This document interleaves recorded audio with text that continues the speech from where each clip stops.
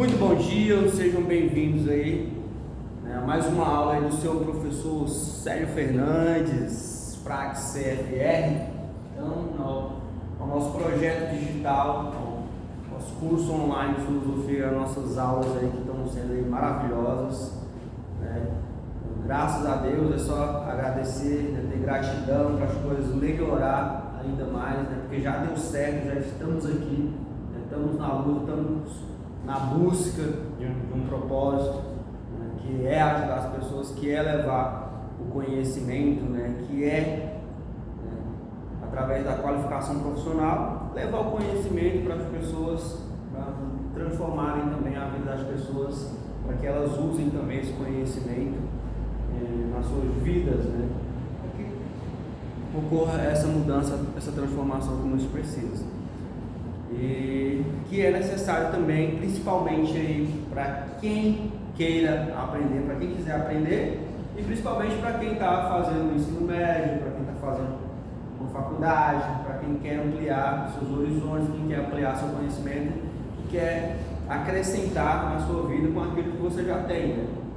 Porque muitos já têm outros conhecimentos e querem agregar alguma coisa a mais, né? Então, eu vou estar aqui com esse propósito aí de estar somando aí na vida de vocês aí. E é isso. E agradecer sempre a Deus, ter gratidão, as coisas continuarem dando certo e melhorarem em nossas vidas. Na aula anterior, eu abordei alguns conceitos fundamentais aí sobre o quê? Sobre a história da filosofia, ou seja, o mundo cosmológico, no mundo antigo, lá na antiguidade. Eu falei o seguinte, que a filosofia surgiu na cultura grega aproximadamente no século VII a.C., que ficou conhecido como o quê? Como o primeiro período da filosofia, que é um período pré-socrático. E esse período marca o quê? A separação entre mitologia e razão. Esses pensadores o quê? Pensam de forma autônoma, tendo por base a observação da natureza.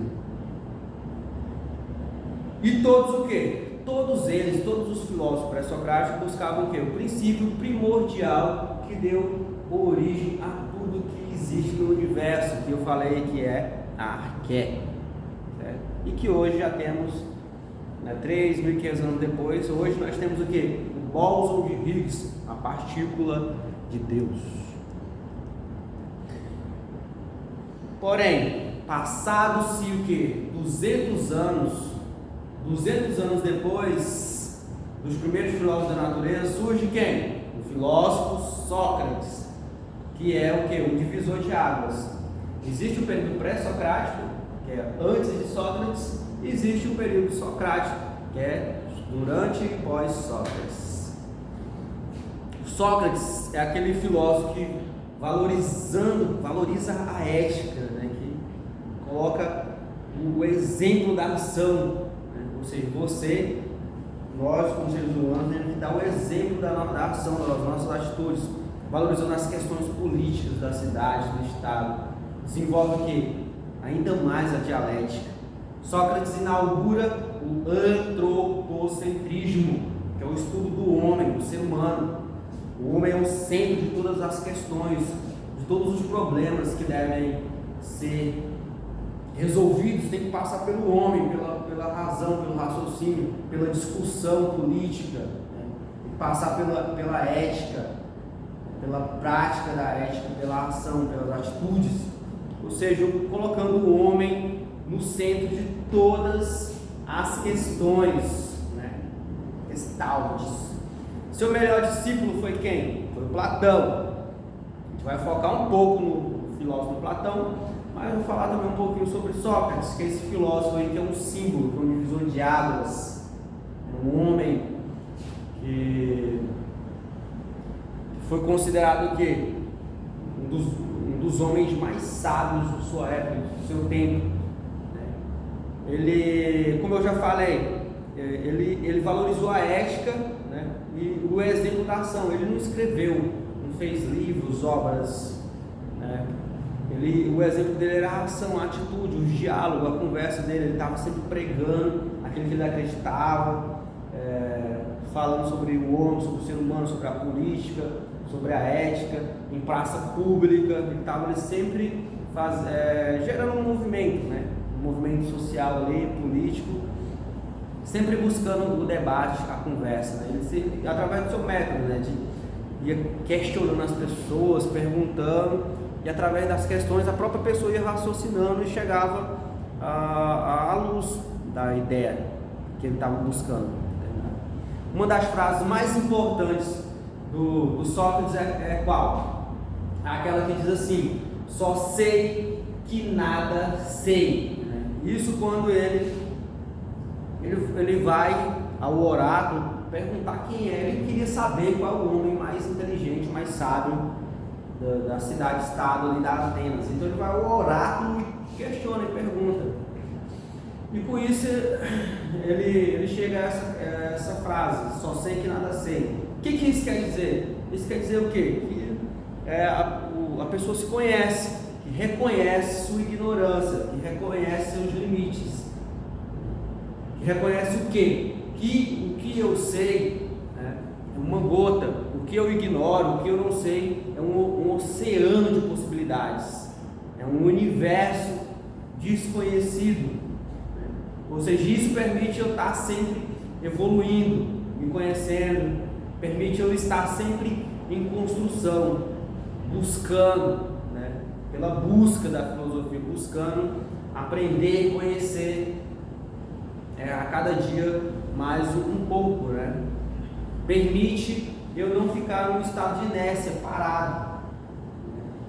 Permite eu sempre estar buscando me qualificar, melhorar, dia após dia, né? Ou seja, eu saber, só sei que nada sei, é isso, é ter essa capacidade de se reconhecer que você não é o dono da verdade, que você não sabe de tudo, tá bom?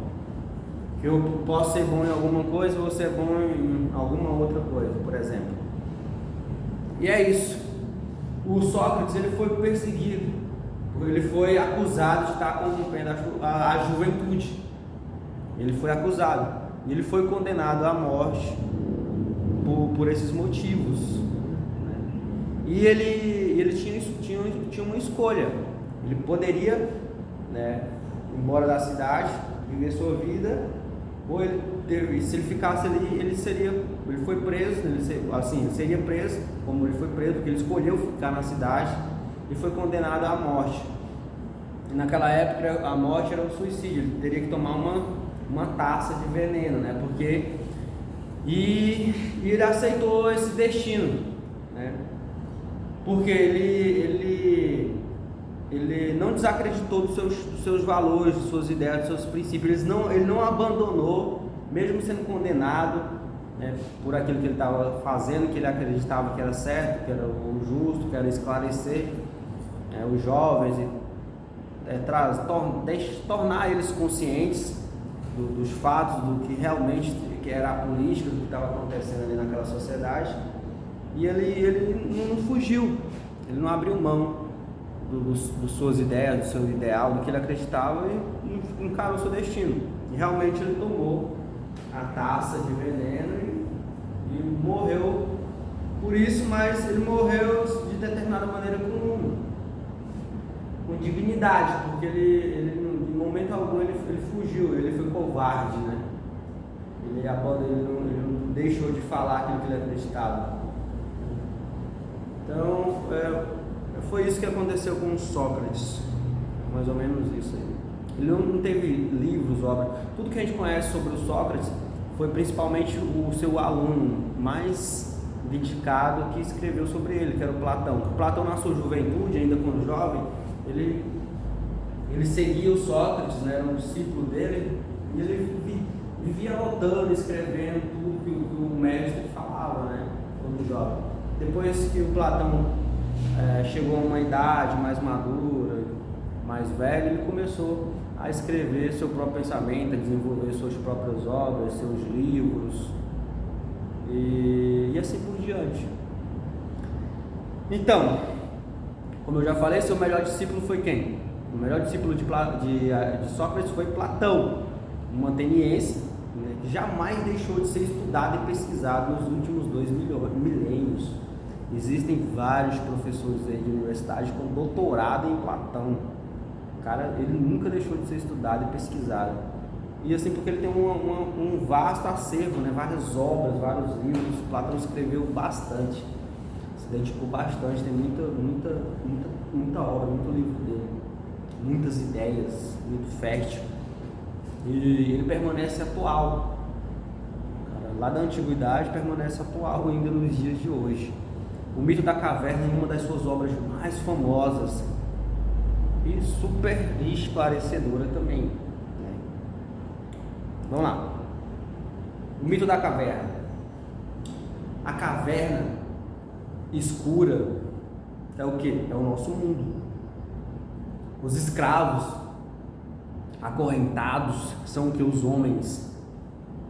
As correntes são os homens. As paixões. As correntes são as paixões. A gente está pegado. É a ignorância. As imagens, com as sombras ao fundo da caverna, são o que? As percepções, os nossos sentidos, que é ilusão, que é enganador. Se nossa percepção ela está muito baseada muitas vezes na ilusão, né? na doxa, na opinião. A libertação do escravo é a ação libertadora do filósofo. O filósofo está ali para libertar o escravo das correntes, das paixões, da ignorância. A aventura do escravo fora da caverna, né, é a experiência filosófica. O mundo fora da caverna corresponde o quê? Ao mundo das ideias, da razão, do intelecto, da criatividade, da experiência.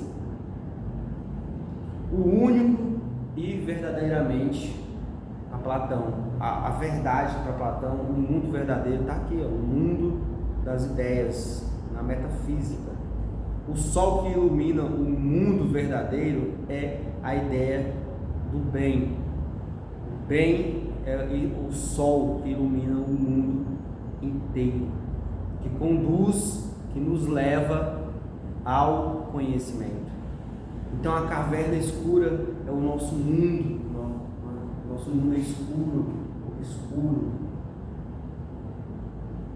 Ou seja, estamos de determinada maneira perdidos em um mundo obscuro, principalmente em várias das nossas fases da vida. Os escravos ali acorrentados são os homens, as correntes, as paixões e a ignorância, as imagens e as sombras no fundo, são as nossas percepções sensoriais que são enganadoras. Então, o mito da caverna ele é explicado dessa maneira. Então, o mito da caverna é explicado dessa forma, como eu já falei. Então, o que isso significa, né? Significa que existe uma caverna, né? Existem homens dentro dessa caverna. Vamos lá. E eles acreditam que o mundo é aquilo. É dentro da caverna, rodeado de uma fogueira, e que as sombras ali é a verdade. Aquilo que eles estão vendo ali nas sombras é tido como verdade, como verdadeiro. Aquilo ali é a verdade. E eles se conformam e ficam ali, né? Só que existe, né? E eles estão de determinada maneira acorrentados, estão acorrentados ali, estão presos naquilo ali. Só que existe um que consegue se libertar. Existe um que se liberta, que consegue se libertar dessas correntes, se levanta, se ergue, cria coragem e vai em direção à porta da caverna. Ele vai em direção à luz, ele busca a luz, sai da caverna, e quando ele sai, ele vê um mundo de possibilidades. ele respira, ele vê o sol, né? Ele se aventura, ele dá uma volta, o sol que significa, né, a ideia de bem, ele vê o bem, né? Ele vê as ideias, ele tem acesso ao mundo das ideias, ele tem acesso ao mundo, ele dá uma volta, se aventura, conhece, ele sai da caverna, ele sai da escuridão e vai para a luz, ele vai para o mundo, ele vai para fora, ele tem acesso àquilo que é verdadeiro, que é o mundo das ideias. E ele, de algum tempo depois de se aventurar, ele resolve retornar, ele resolve voltar. Para quê? Para libertar seus amigos, para libertar as pessoas que estão ali acorrentadas. Porém, isso é um pouco perigoso, porque quem acredita em algo, que tem convicção daquilo, né, que está convicto realmente daquilo ali, ele não vai simplesmente concordar com algo novo. Pode ser que ele não concorde simplesmente, porque ele está acorrentado, está preso, ele acredita que aquilo é a verdade e que aquilo ele está satisfeito com aquilo. Então isso é perigoso, porque eles vão se voltar contra ele, eles vão ficar contra ele. E isso já aconteceu em vários momentos da história aí. A pessoa tem novas ideias, pensa diferente, tem um pensamento libertador, só que as pessoas elas vão contra aquilo. É mesmo que se você for contra o sistema vai contra você. E isso é perigoso para você, porque ele vai tentar tipo um mecanismo de defesa, né? Eles vão tentar eliminar aquilo que está tentando ir contra o sistema. Mais ou menos isso. É isso que realmente acontece de fato.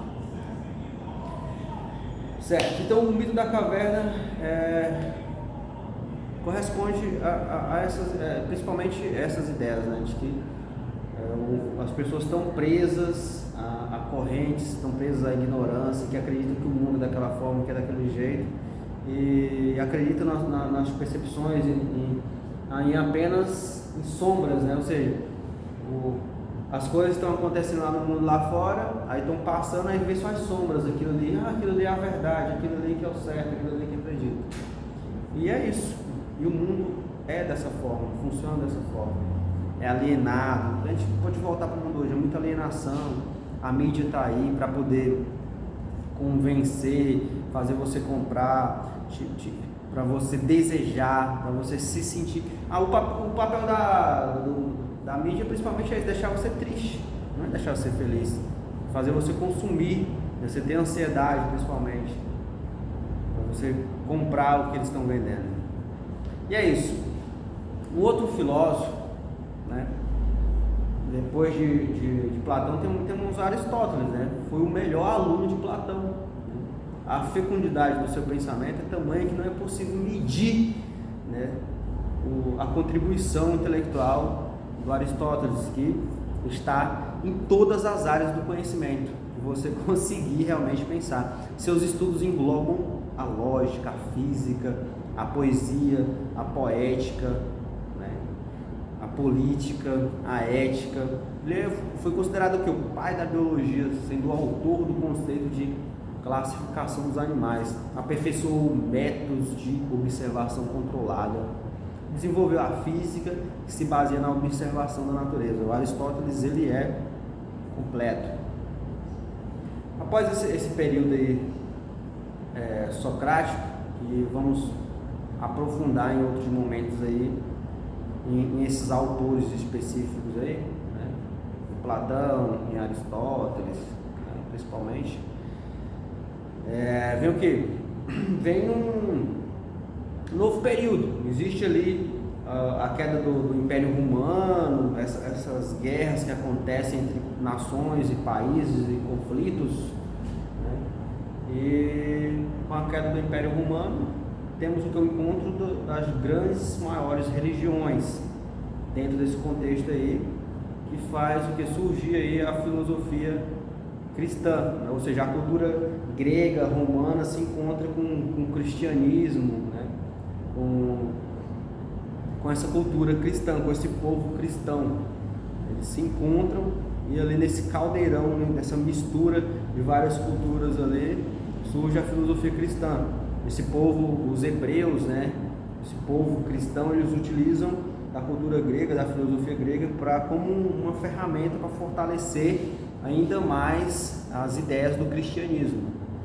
Um momento ali histórico que aconteceu várias coisas, que a Igreja Católica passa a ter um domínio maior sobre o mundo, sobre os territórios, sobre os países, e tem esse encontro aí dessas grandes religiões com a cultura grega e com a cultura romana. Em determinado momento da história, né, ocorreu esse encontro desses povos, como eu já falei aqui, encontro de diferentes culturas, crenças, hábitos, valores, marcando assim o encontro da mensagem bíblica com a filosofia. Elas se encontram ali e a mensagem bíblica utiliza da filosofia como ferramenta para se fortalecer. As três maiores religiões se encontram com a cultura grego-romana. Essas foram o cristianismo, o islamismo e o judaísmo no mundo antigo do Ocidente. Por isso podemos afirmar que o cristianismo jamais seria o que é ou o que foi sem influência da filosofia, sem influência dos gregos, da cultura grega, tá? É isso. Os cristãos se velaram, usaram a filosofia na busca por compreender a fé que lhes foi transmitida e também no intuito de defendê-la perante adversários intelectuais. Lógico, nada mais justo, nada mais importante, né, de que se fortalecer através de um conhecimento, utilizar um conhecimento que já existe e fortalecer ele com outro, né? É o papel da dialética, né? Um conflito de ideias faz surgir novas ideias para poder fortalecer ainda mais. Ou seja, silogismos e conceitos aristotélicos e platônicos tornaram-se mais do que recursos intelectuais, pois passaram a integrar o pensamento cristão de maneira definitiva ao longo da história. Então, para um bom estudante de filosofia, um bom acadêmico, é imprescindível ter essas informações, dominar esse tipo de conhecimento e saber que determinados conhecimentos, Platão e Aristóteles, foram utilizados por pensadores ali do período da filosofia medieval. Santo Agostinho e principalmente Tomás de Aquino, né? São os dois pensadores aí, eu acredito que mais importantes da Idade Média. As ideias bíblicas fundamentais desse primeiro momento é o monoteísmo e o criacionismo. A ideia de criação e a ideia de um único Deus, criador de todo o universo, de todo mundo. Ou seja, tudo que existe segue alguma regra, né? Segue alguma lei. A existência tem algum propósito, né? A minha existência está determinada por regras e leis da natureza, ou seja, tem algum sentido, tem uma linearidade, uma razão com que faz com que as coisas sejam dessa forma e não de outra. A história da filosofia tem essa marca forte, foi desenvolvida entre os séculos 5 ao 15, né? A história da filosofia, a história da Idade Média, principalmente do século 5 ao 15, trata-se de um período de expansão e consolidação. O cristianismo ele dominou o pensamento nesse período, do século 5 ao 15, ou seja, são 1000 anos, são 1000 anos, fazendo que as interpretações bíblicas e histórico-cultural chegadas até a nossa atualidade, neste percurso, mais outras culturas também chegaram até nós, lógico, mas Isso se fortaleceu, se fortificou muito. Esse período aí, do século V ao XV, é conhecido como o quê? Idade das Trevas, né? Ou seja, que a história coloca, né? Que na verdade essa Idade das Trevas aí, ela foi colocada pelos iluministas. Ou seja, após acabar esse período, essa cultura, esse desenvolvimento cultural, né? Na Idade Moderna teve uns caras lá que se chamavam iluministas, intelectuais, que pegaram todo esse período, né? E chamaram de Idade das Trevas, porque eles queriam dominar esse novo momento aqui de Idade Moderna. Eles queriam fazer uma revolução, né? Que toda revolução, né? Que todo um novo momento histórico, todo contexto, tem um grupo de pessoas ali que querem que ocorra uma mudança, uma transformação, mas que eles se beneficiam de alguma maneira com isso, né? Controlando, tendo poder de alguma forma também. Então eles pegaram e colocaram o nome desse período como Idade das Trevas, Idades do Mal, não teve desenvolvimento científico, cultural, artístico, isso aqui lá, isso e aquilo. Então eles denominaram esse período aí de Idade das Trevas, em que a Igreja Católica teve um domínio muito grande sobre o mundo, né? sobre as culturas, sobre os reis, né? Elas tinham muito poder realmente, tinham muito controle. Ou seja, no cristianismo temos a ideia de um único Deus, enquanto na interpretação greco-romana existem vários deuses.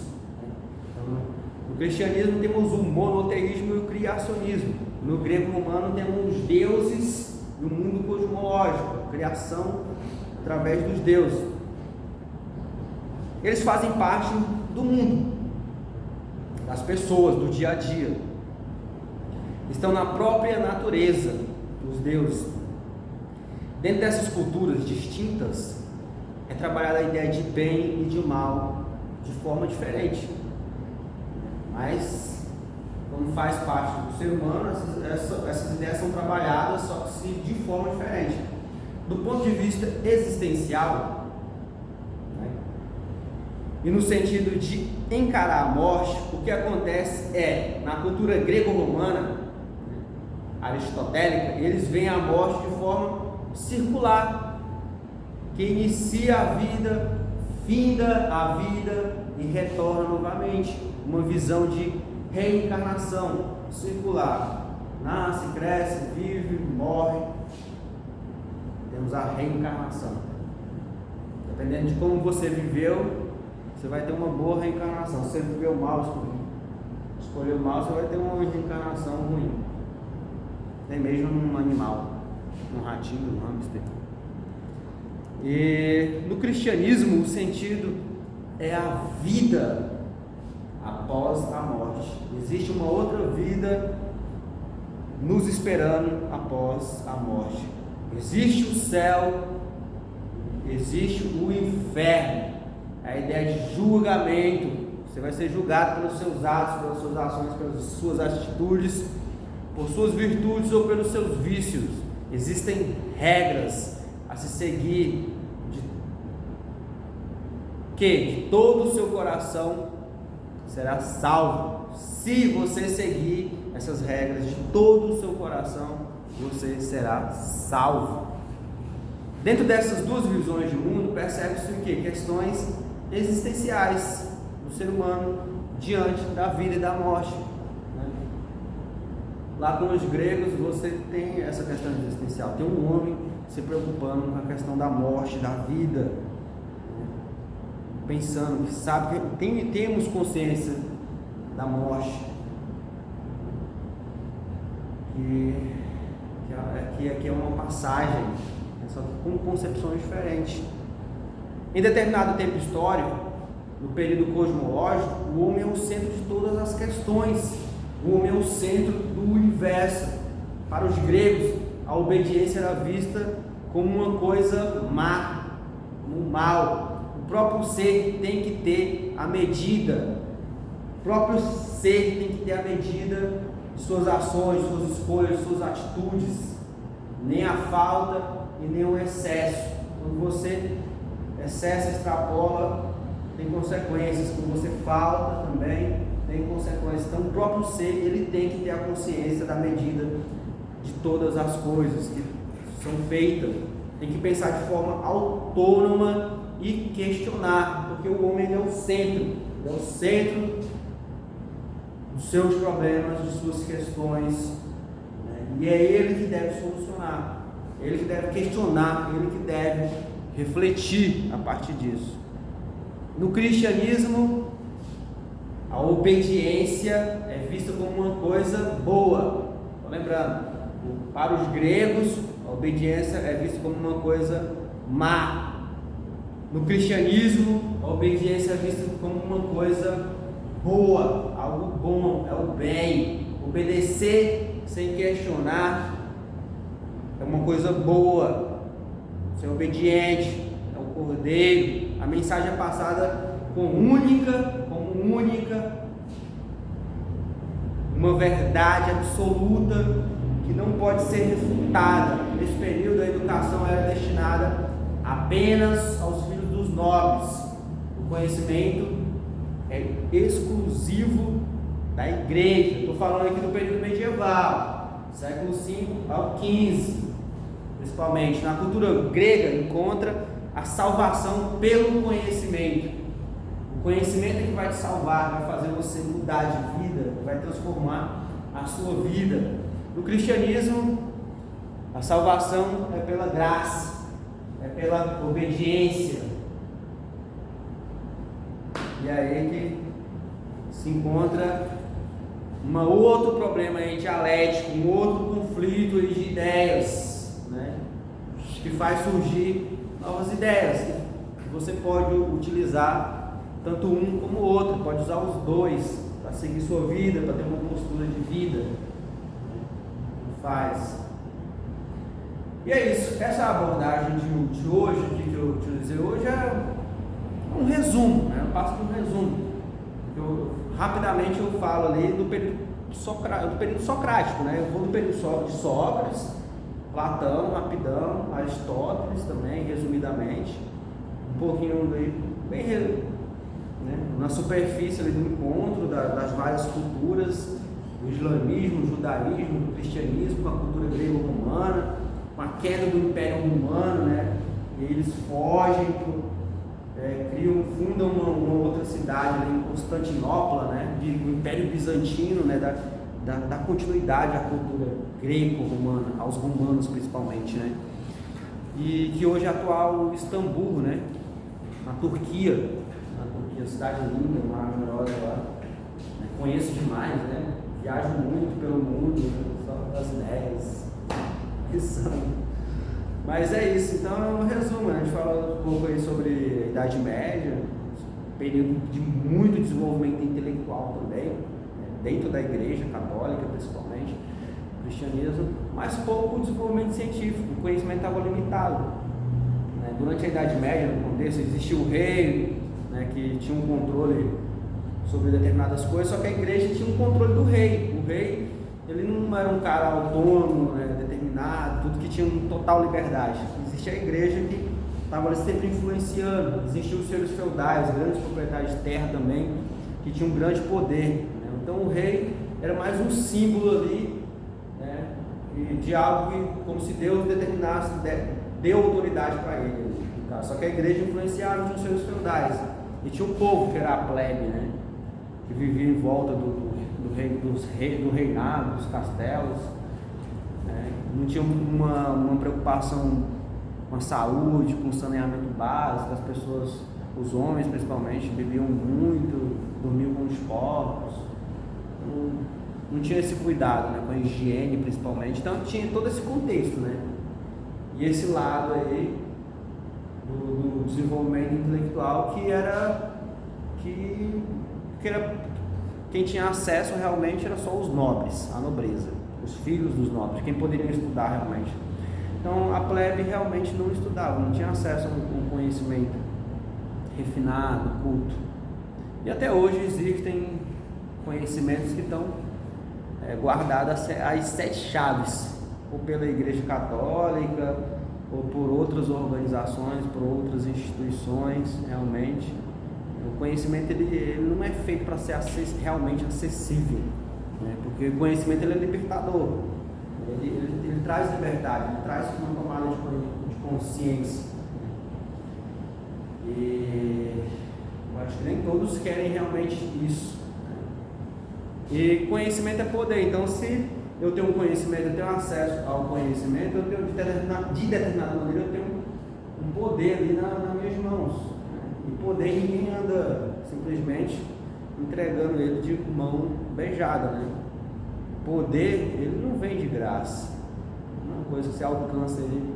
Existem sacrifícios, estratégias que você deve ser feita para ser alcançado, né? Se desenvolver, para ter esse desenvolvimento profissional também, né? Qualificação profissional. E é isso. Vou encerrar essa aula aqui, sobre essa abordagem aí, sobre essa origem, sobre esse curso online de filosofia. É um resumo do período socrático até o período medieval aí. Um forte abraço aí. Tamo junto aí, fiquem com Deus e até logo, até a próxima aula aí. Valeu? Tamo junto.